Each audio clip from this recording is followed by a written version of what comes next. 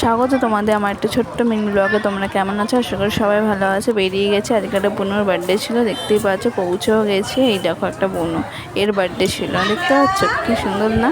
তো বার্থডে গিফটটা ওর মায়ের হাতে দিয়ে দিলাম, দেখতে পাচ্ছ।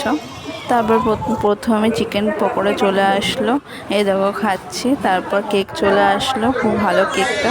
এই দেখো আমার বাবা পেছনে ডিনার করছে, আমি কেক খাচ্ছি। তো এই দেখো, তারপরে আমিও ডিনার করা শুরু করে দিলাম।